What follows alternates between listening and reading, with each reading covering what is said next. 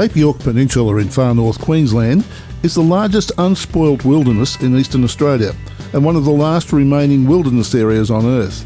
Although the land is mostly flat and about half of the area is used for grazing cattle and wildlife is threatened by introduced species and weeds, the relatively undisturbed eucalyptus wooded savannas, tropical rainforests and other types of habitat are now recognised for their global environmental significance.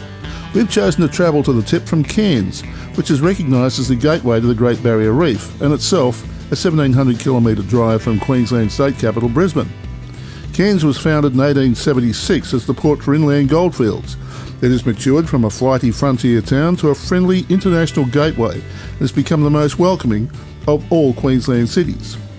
In 1995, it was named Australia's most livable regional centre, which is reflected in its growing population of more than 100,000 residents.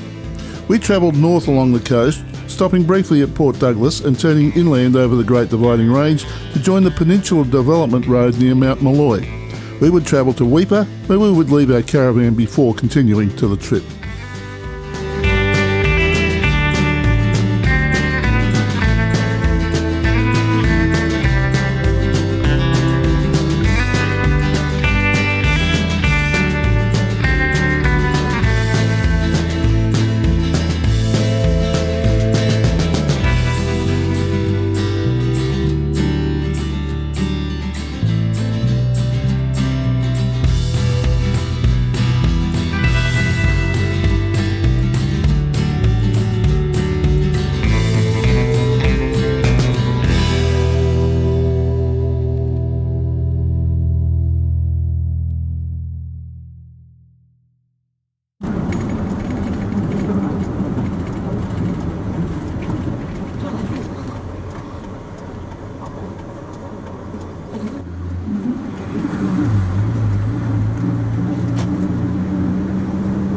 All the roads are open.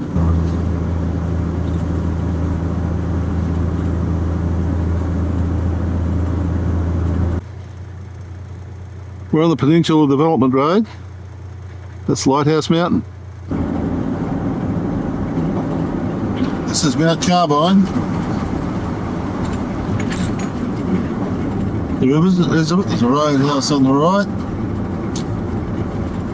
Pub on the left.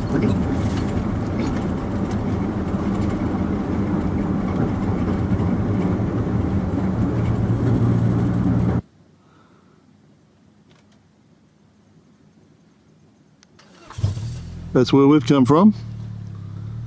Then the hills just rise out of the plain.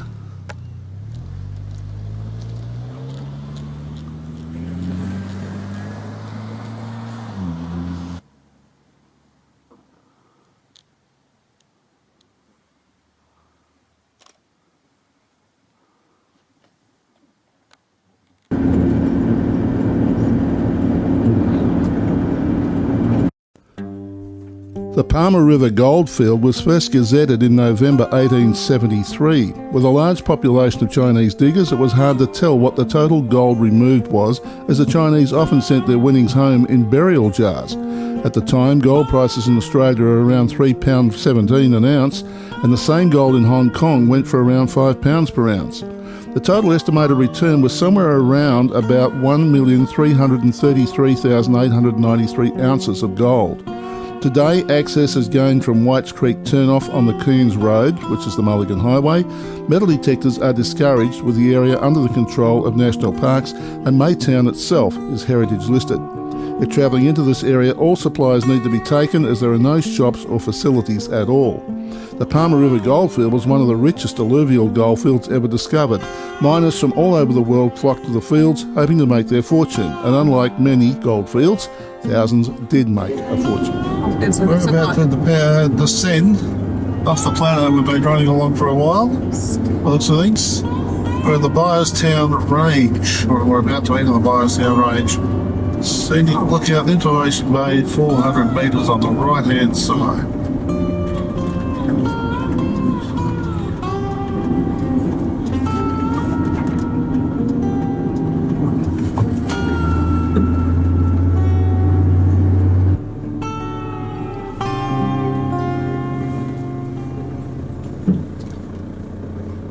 off-road adventure safaris. This is the James Earl Lookout. So we can be in the middle of everything.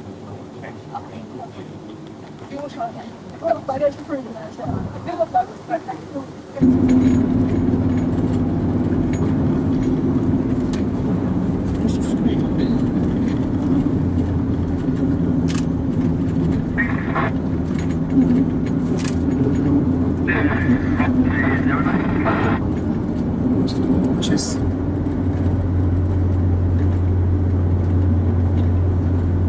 Sit up on a hill.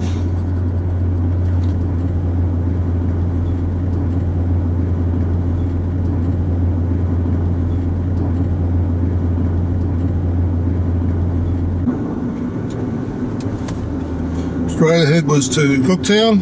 To the left here is to Weipa.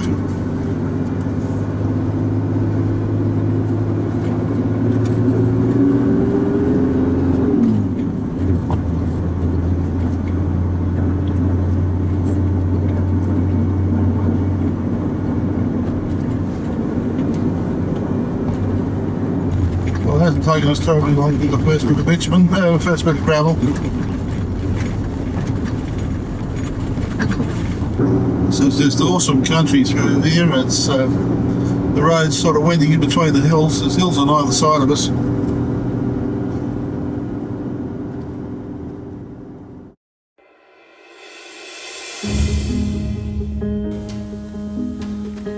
The rock art galleries in Queensland country near Laura are listed by UNESCO as being among the top 10 sites in the world. The Split Rock site, located 14 kilometres from Laura, is the most famous of the galleries. The galleries are very old and the site may have been used for 13,000 years. There are many layers of paintings, although the age of the current paintings is unknown. The galleries are a 15-minute uphill walk from the car park with some rough sections, so be sure to wear sturdy shoes.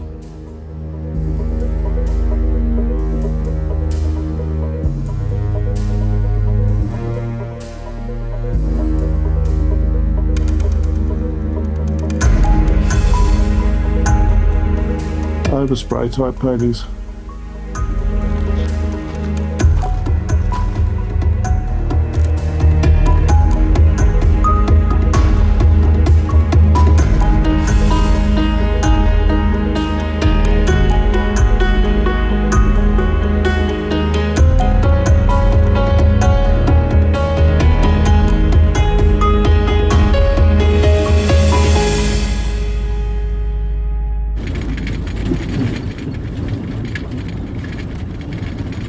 It went really flying through here, wasn't it?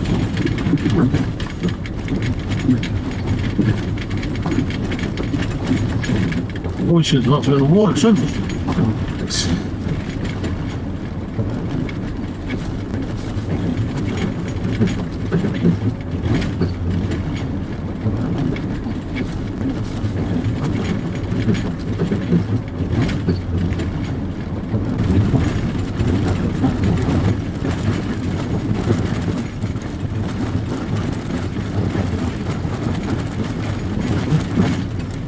That's certainly the roughest bit of road we've been on so far. I dare say it's going to get worse as time goes along, so we're going to pull into Laura here and we're going to let some tyres down.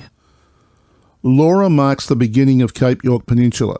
Although the Roadhouse is obvious on the main road, there is also a small township with a general store, petrol station, post office and a pub. Laura is actually the remnants of the last construction camp along the Cooktown to Laura railway line. This line was pulled up in 1962, but the remains of the old bridge can still be seen in Laura. Another attraction in Laura is the Interpretive Centre, opened in 2004 and well worth a visit.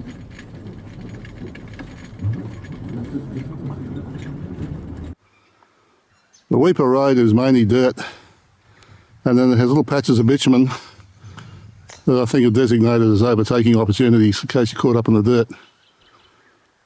We managed to find a spot just off to the side that we've used to camp last night. Caravan park here on the right, and quite nicely set up here.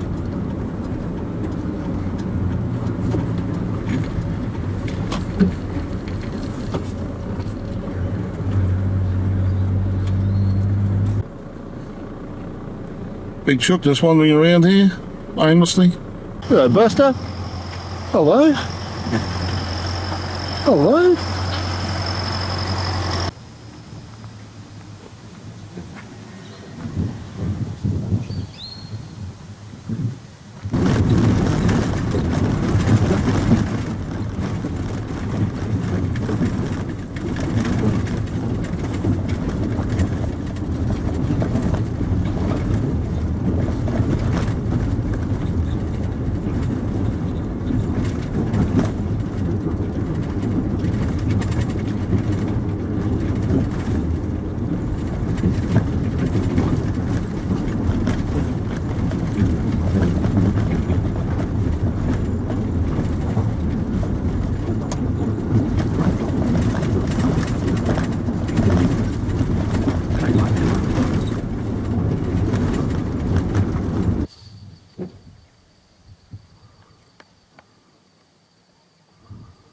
Couple of rollers over there.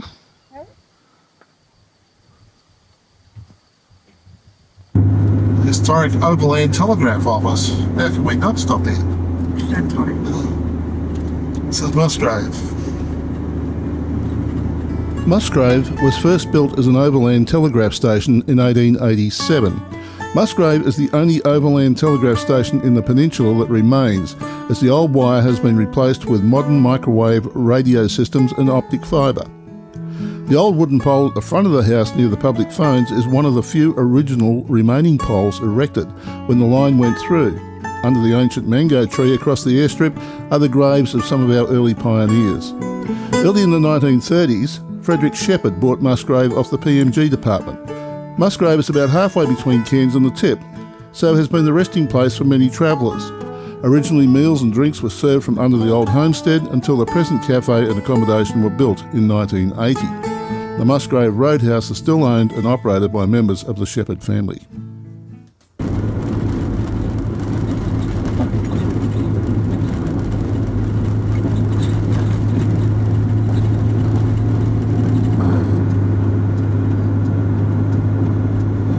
The cyclist thing on the back of his window should have been in yellow or something, not blue.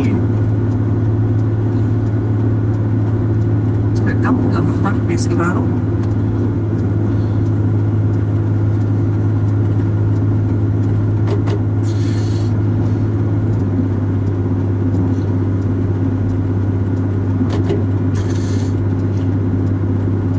They probably paid a lot of money to do this ride. Yeah, probably did.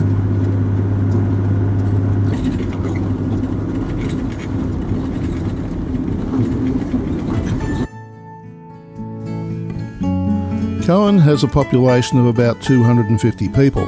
Gold was discovered on the Coen River in 1876 and the town came into being first as a small fort built by gold miners and prospectors in May 1877, but this first gold rush quickly came to an end. In 1893 the rich Great Northern Mine boomed and the town became a more substantial place until 1916 when the mine closed. Today, Coen not only provides services to the region and is an important supply point on the long unpaved road leading to Weipa and other northern communities, it is an ideal destination for birdwatchers and is the last substantial town on the trek to the tip of Cape York if travellers choose to bypass Weipa.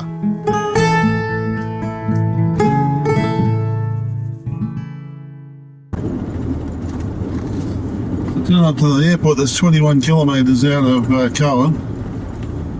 And then they have this quarantine checkpoint here. Maybe going south. Go through and they do a check, and if you got anything you're not supposed to have and you don't declare it, then they put you in jail for 415 years.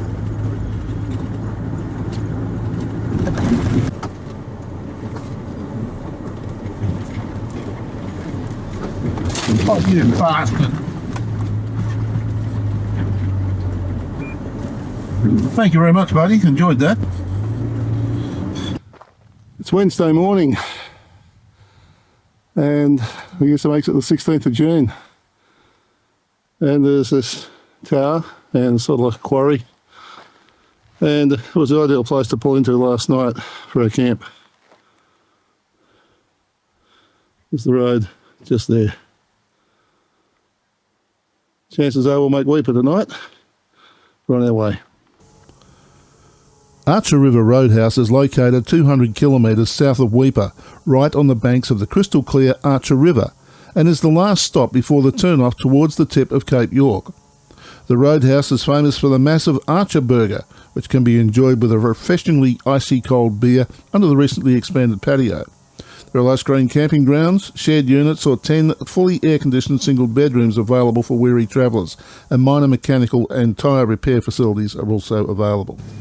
Toots Holseamer was obviously a truck driver who used to bring the supplies in here and accidentally killed. We can only assume that it was probably in a truck accident or something.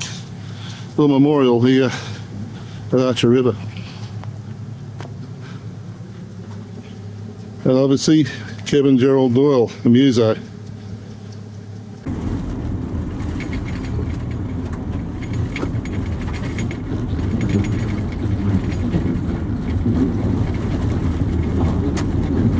We'll look at what lies ahead of us.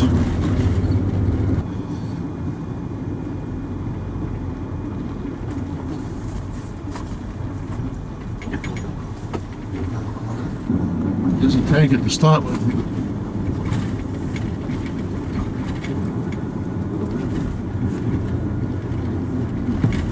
This is part of the Weipa shopping centre.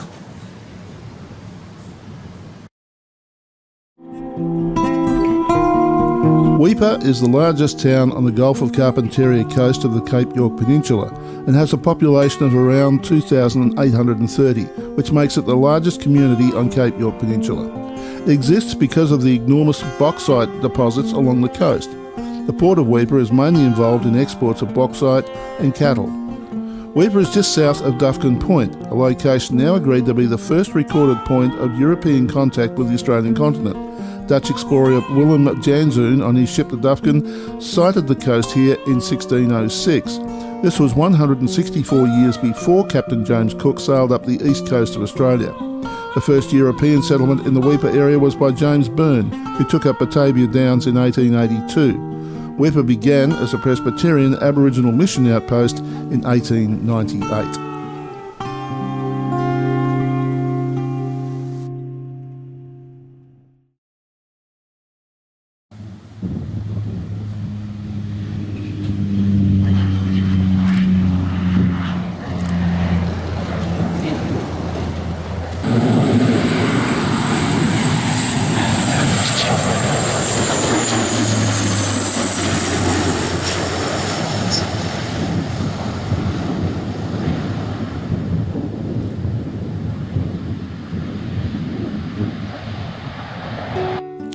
Cullen Point on Port Musgrave is named after Edward Alexander Ernest Cullen, a Brisbane engineer who was associated in the discovery in 1887 of Port Musgrave, describing it as the best natural harbour in Queensland except Port Curtis.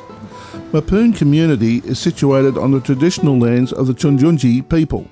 A church mission is commenced near Cullen Point in November 1891. Within a few years the mission became known as Mapoon, a word meaning place where people fight on the sandhills. In 1953 it was decided that the mission would close, and after much deliberation, but with no consultation with the local population, it was decided in 1963 to relocate the locals to a spot near Bamega on the tip of Cape York, that place to be known as New Mapoon. After the 1964 closure, former residents led by traditional people continued to lobby for the reopening of their community. In 1974, several families returned, and 10 years later the Mapoon Community Aboriginal Corporation was established. On the 26th of April 1989, a deed of grant of land in trust was handed over to the Mapoon people by the Queensland Government.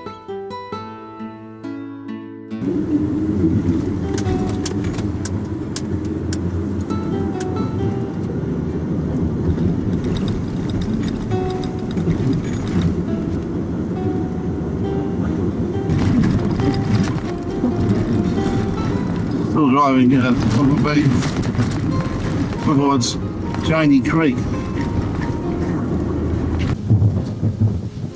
It's a fairly sandy drive down the beach. This is Janey Creek.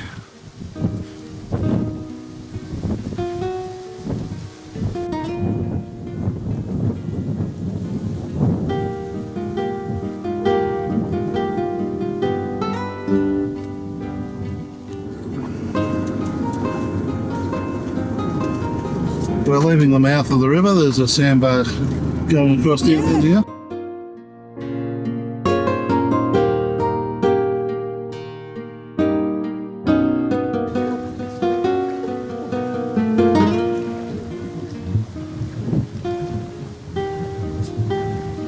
Because you're right, where you miss. If you enjoyed this video, there are over 600 more just like it on this channel. Subscribe and hit the notification bell and we'll let you know when the next video is available. If you like this video, hit the like button, comment and feel free to share with your friends. Thanks for watching.